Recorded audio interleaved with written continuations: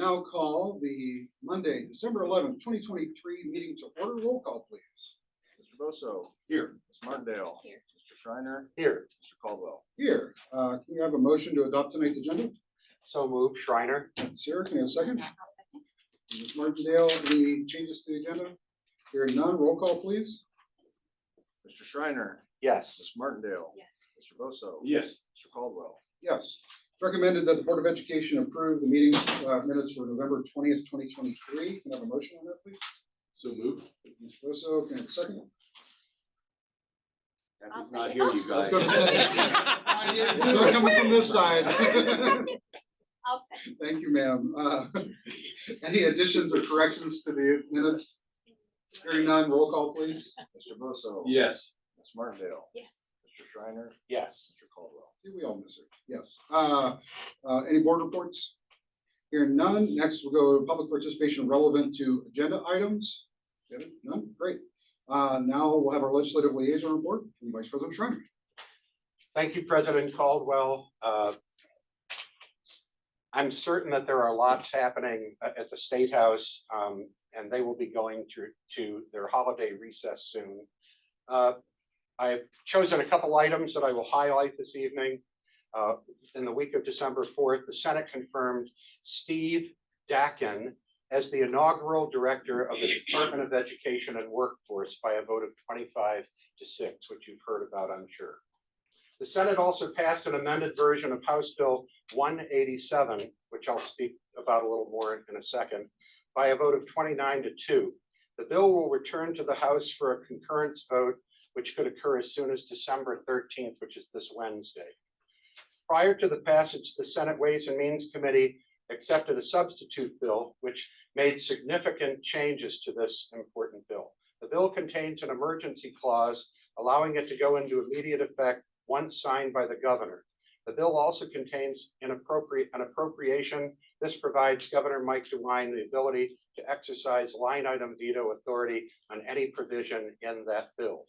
The House Primary and Secondary Education Committee passed House Bill 70, which would require schools to adopt a policy regarding the administration of over-the-counter drugs. And we'll get back to Senate Ways and Means Committee in regards to House Bill 187 that I just spoke about. The committee held a third hearing, which was sponsored by Representatives Hall and Representative Byrd, which would modify the procedures used by the tax commissioner to conduct property tax sales assessment ratio studies. Also, the week of November 27th, because they go backwards on our report, in the House activity, the House passed 139. The bill would increase the penalties for assault if the victim is acting as a sports official or the assault is committed in retaliation for the victim's actions as a sports official. That's all part of that bill.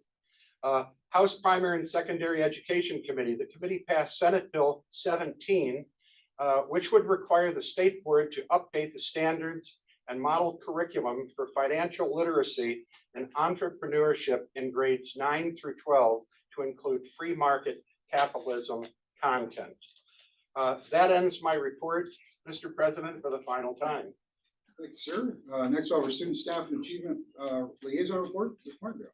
Yes, thank you. Earlier this month, Comet Cadets from Central Crossing High School and JROTC orienteering team traveled to Kentucky and competed in the multi-regional orienteering championships with 77 teams from across 13 states. Micah Roberts, Jaden Albury both finished in the top 10 overall on the most difficult course. Individual medal winners were Ruby Gonzalez Valdivinas, Evan Jewett, Davian Harp, and Ty Hickox. The team was third overall in the region. The freshman team finished second overall, and the varsity team finished second in their region. In the overall competition, the Central Crossing High School team was fourth. So that is amazing, and go Cadets. Franklin Heights High School cadets Jade Seidel and Sam Castle took center stage last month as moderators at the prestigious Allen Workshop.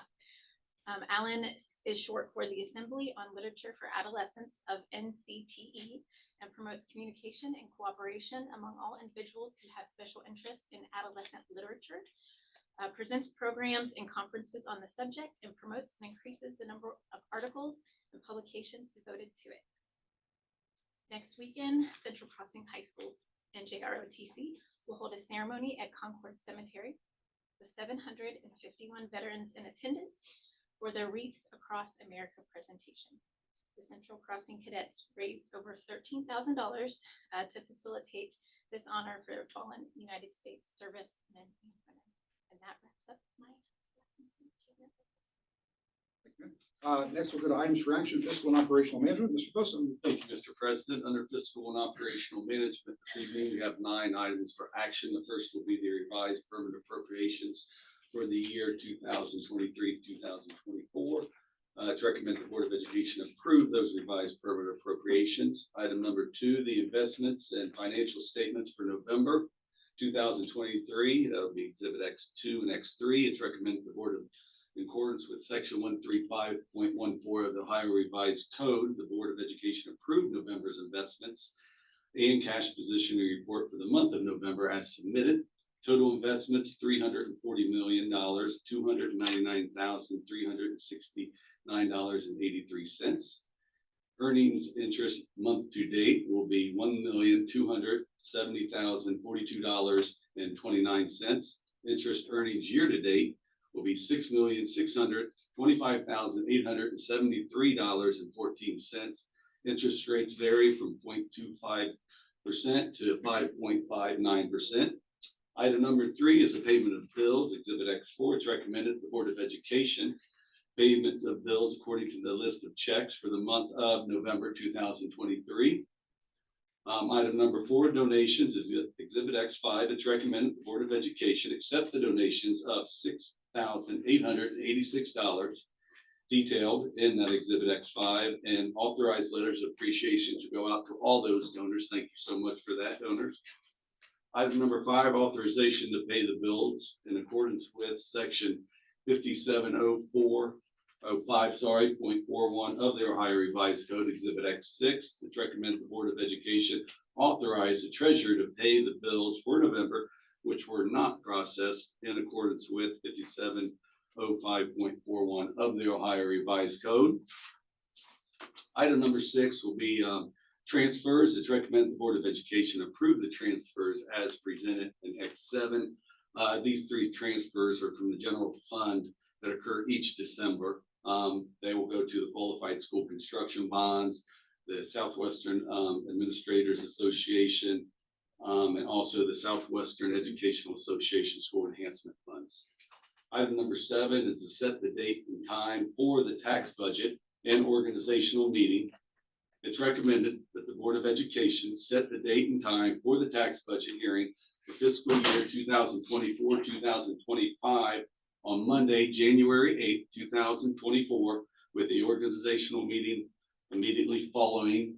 This is put out so it can be put out to the public through the Columbus Dispatch, so the public is notified of this. Item number 8 is agreement with the YMCA of Central Ohio. It's recommended the Board of Education agree into an agreement with the YMCA of Central Ohio to provide alternative educational programs at the Brook Park Middle School in an amount of $190,000 and $190,550 for the fiscal year of 2023-2024, Exhibit X8. This is a district has provided a positive alternative for students, the PALS program, so students could, instead of serving detention or expulsion. And the last item on this will be the election or the elect president pro tem for the organizational meeting. It's regular. Do I put my name or whose name in this? Or anybody's name. All right. Item number 9 is recommend the Board of Education appoint Chris Boso, I guess, as president pro tem for the organizational meeting to be held on Monday, January 8th, 2024. The president pro tem will lead the organizational meeting until election of a new president. And after reviewing them items, Mr. President, I move them for passage. There's a second. Any discussion? Hearing none, roll call, please. Bosso, Yes. Ms. Martindale, Mr. Shriner, Yes. Mr. Caldwell. Yes, except for number 9, I'm going to abstain. Next for items for action, facilities development, Mr. Poso. Thank you again, Mr. President. Under fiscal development, we have 2 items for action. The first will be the resolution authorizing and approving amendment to the professional design service agreement with SCORE Architectural Incorporated for the Southwestern City School District's ESSER projects under the American Rescue Plan. This action approves an increase to the authorization amount for SCORE Architecture Incorporated Design Service for the Hayes Intermediate Edition of $480,000 that was previously omitted in the board approved compensation for design services for the ESSER project. The other item number 2, will be the resolution authorizing the Southwestern City School District to award the contract for renovations to the district service center along with the transportation service center. These bids were put out on November 30th. 4 bids came back. The lowest bid came in by Robertson Construction at $2,566,000. Project consultant SCORE Architecture Incorporated conducted post-bid reviews and of the apparent low bid and recommends that the bid from Robertson Construction for the project be accepted and that the contract be awarded to them as the lowest and responsible bidder for the contract to perform the work. They also have an owner contingency in the amount of $180,000 to be available solely for discretionary spending through the school district for unforeseen items the district might change. After reviewing these 2 items, Mr. President, I move them for passage. We have a second. I'll second. Roll call, please. Bosso, Yes. Ms. Martindale, Mr. Shriner, Yes. Mr. Caldwell. Yes. Next items for action, school, community, and students. Martin. Thank you, President Caldwell. On the board agenda for this evening, students, schools, and community, we just have 2 items. Central Crossing Preschool Winter Guard. I would like to travel to Knoxville, Tennessee in March. So I didn't miss 1 day of school. And trip expenses are paid by the band boosters. Second item is Mr. Bill Mann's reappointment to the Southwest Public Library's Board of Trustees. And having reviewed these items, I recommend so at this time. We have a second. Yes. Second Shriner. Thank you. Any discussion? Here none, roll call, please. Ms. Martindale, Yes. Mr. Shriner, Yes. Mr. Bosso, Yes. Mr. Caldwell. Yes. And now for a personnel report, Mr. Schreiner. Thank you, President Caldwell. On the board agenda this evening are 8 personnel items involving 129 persons. This includes 2 certificated and administrative resignations, 1 administrative employment, 3 certificated changes in employment, 79 certificated employments, 9 classified resignations, 8 classified changes in employment, 26 classified employments, and 1 approval of the treasurer's contract. After reviewing these items, I move them now for passage. We have a second. So moved. Mr. Poso. Roll call, please. Mr. Shriner, Yes. Mr. Bosso. Yes. Ms. Martindale, Yes. Mr. Caldwell. Yes. Now we have public participation relevant to non-agenda items, and first is going to be Manny Lopez. Manny Lopez here? Yes. Okay. I'll step up here. Yeah. All right. Good evening. My name is Mandy Lopez, and I have 2 students in the Southwestern school system. I'm here tonight to make the board aware of an ongoing issue in Grove City High School in the classes taught by Mr. John Bova. Our concern is twofold. We're deeply concerned about their academic future and the safety of our children. We were recently made aware of the fact that Mr. Bova was suspended because he lost his temper at a student through a large clipboard that the student was carrying and had to be restrained by other staff members. Mr. Bova has been removed from the classroom at some point after this and has not returned. We as parents of the student were never informed and are deeply concerned of this extreme loss of self-control, and we fear for the safety of our children. As a result of Mr. Bova's absence, the students are currently being monitored by a substitute teacher with no math background. This teacher merely serves as an adult in the classroom while students are left to try to teach themselves from online videos and handouts. The result of the students are left, the result of these students being left to teach by themselves is nearly all of them are failing. The failing grade does not belong to our children. It belongs to the school for failing to provide adequate instruction. Regardless, it is our children's GPAs that are plummeting, eligibility for athletics is being removed, and their academic future is being affected. We have been in contact with our child's counselor, Mr. Brian O'Shea, to discuss possible solutions to get our students the education they're entitled to. We've impressed upon Mr. O'Shea how the unfair grading practices are harming them. After several exchanges, we feel we're being simply placated with no sense of urgency. This morning, after weeks of no communication, we received an email from Mr. O'Shea providing students with some accommodations due to the fact that they had no math teacher this quarter. However, while these accommodations are an opportunity for the students to improve the grade, at the end of the day, the students are required to do even more work than the students that have other classes that have teachers, because Grove City High School is not giving them the education they were promised. This led us to reaching out to other parents of Mr. Bova's classes. We discovered that many of the parents have gotten the same runaround. In our district's vision, mission, and beliefs, the belief that the quality of teaching is important in the student and how the student learns, an orderly, safe, caring, and supportive environment is necessary for learning to take place. This promise to our families is not happening.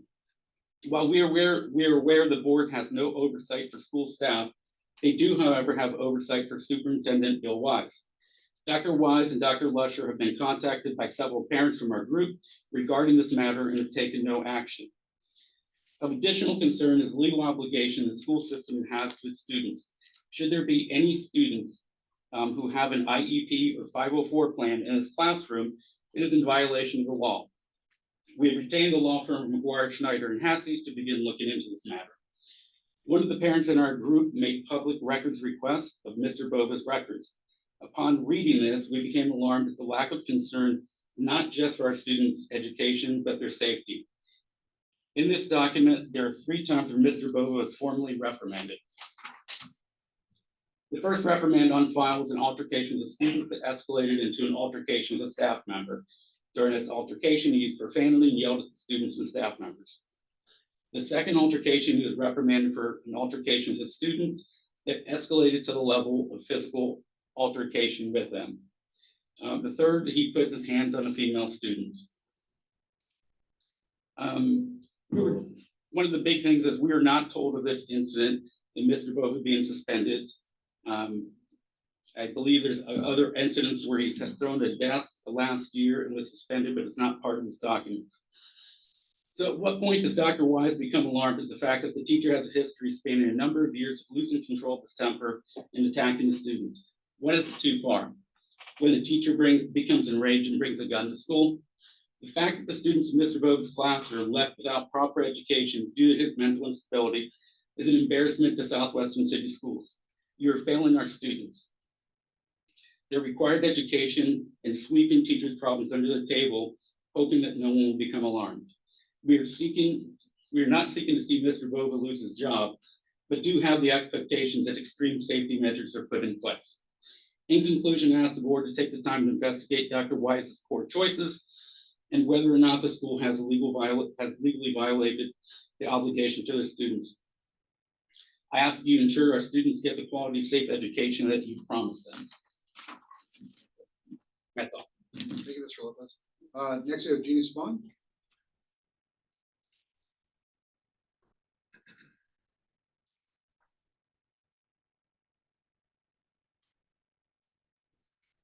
Hello, my name is Jenny Spahn. I currently have 3 students in the district, one of which my oldest is Lexi Spahn. She attends Grove City High School in the CrossCap program.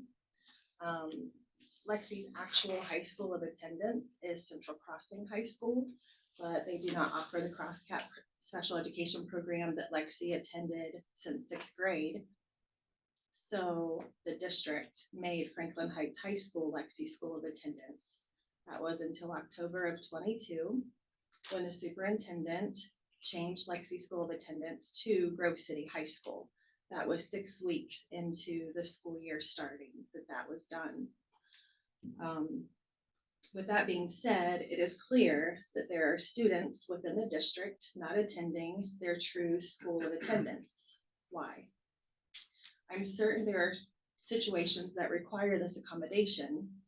The current issue I am extremely concerned with is why did the superintendent move several students in the cross-cap program to Grove City High School when there wasn't even room for its current students for several years past? Have you drove around the back of Grove City High School and counted the number of outbuildings we have? The number was increased this year to accommodate the influx of those students placed by the superintendent. This has caused a strong increase in student and staff issues.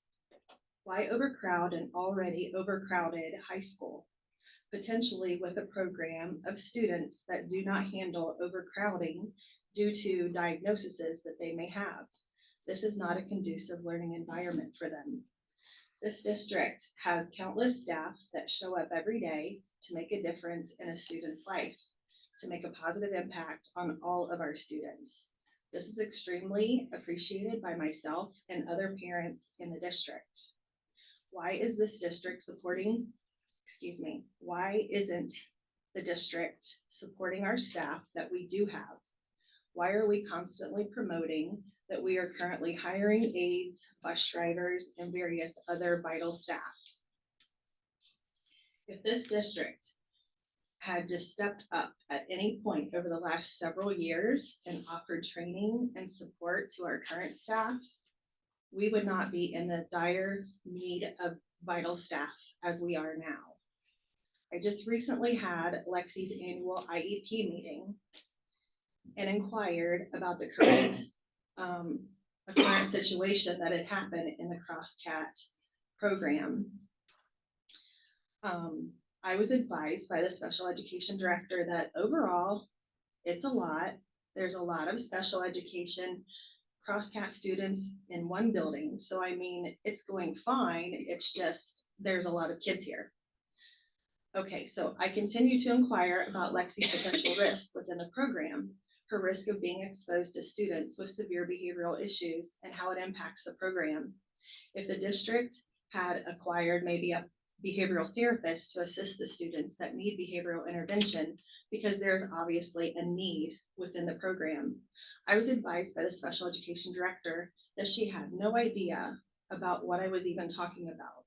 This was echoed by the assistant principal that proclaimed that she handles all disciplinary situations with all students in the CrossCat program, and there hasn't been any situations.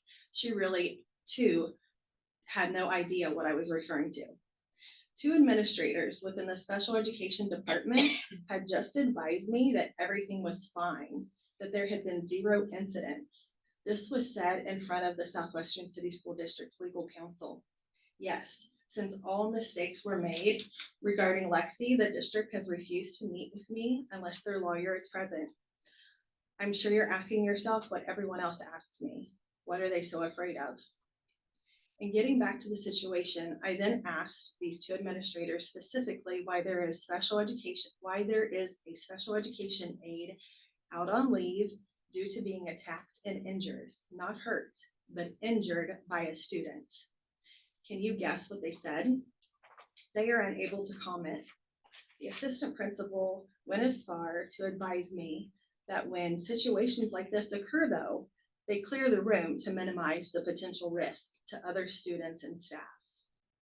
This is what she advised while she had a mouthful of food during my daughter's IEP meeting. Not very professional at all, but totally expected at the same time. As a district, we need to give much needed support to our current staff. Safety for our students, safety for our staff should be priority, and it clearly has not been. So I ask you to please, when moving forward, to do so. That's the least they deserve. Thank you. Thank you, Ms. Vaughn. Next, we have items for discussion. Anything from the board? I just want to say before this next agenda item, just a moment of reflection of how much I appreciate the number of community members have stepped forward to seek the appointment that was seat vacated by Kathy Johnson. We've talked a lot about Kathy and the legacy that she's left here in the school district, but sitting up here and representing your community on the school board is a really important task. And so to have such a diverse group of folks that came from all areas of our community that say that they want to be part of this board and help lead this community as public education just means a lot to all of us, and me in particular. So I just want to say thank you. Mr. President, Oh, yeah, I forgot you had. point of personal privilege, go ahead. if you don't mind. This is my last regular meeting for the Southwestern City School Board of Education. And I have three important things that I feel like I need to say. The first, I want to give a great thank you and best wishes to my colleague, mentor, and friend, Kathy Johnson, as she heads to her next adventure. She has left a legacy here in our great district, as well as throughout the state and nation with her advocacy for students and education. She will be truly missed. Second, I want to take an opportunity to wish the next board the very best as they work to achieve what is the very best for our students, staff, parents, and community. And finally, I need to say it has been an honor and a joy to serve the students, parents, Southwestern City School District staff, and our great Southwestern City School community the past 10 years on this board, as well as filling for the past 2 years my good friend, Robert Ragland, that I was honored to be picked to serve. So thank you for that. And having an honor and trust to have taught the 38 years before that. We are a large, diverse, and well-respected public school district in Ohio. We are blessed to have what I judge to be the best professionally prepared educators and staff, the best and most respected superintendent and treasurer in Ohio. And as past president of this board and the Ohio School Boards Association of 800 school systems, I have seen many around the state of Ohio. Thank you for this experience and opportunity. It's been my life and will continue to be my most precious and best memories. I wish you the best. Thank you and happy holidays. Thank you, Mr. President. Thank you, Lee. And to quote you, ditto. See, people know. The only thing that I would add to what you said is you, 38 years of teaching, coaching, 10 years on this board, just someone that you can't find a stranger in this community that when it comes to you.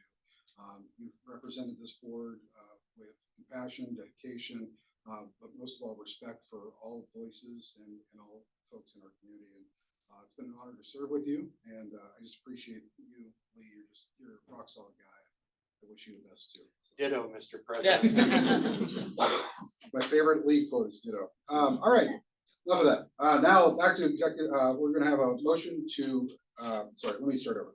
It was recommended that the Board of Education adjourn to executive session according to policy 0166 to consider the discipline, demotion, or appointment of public employees.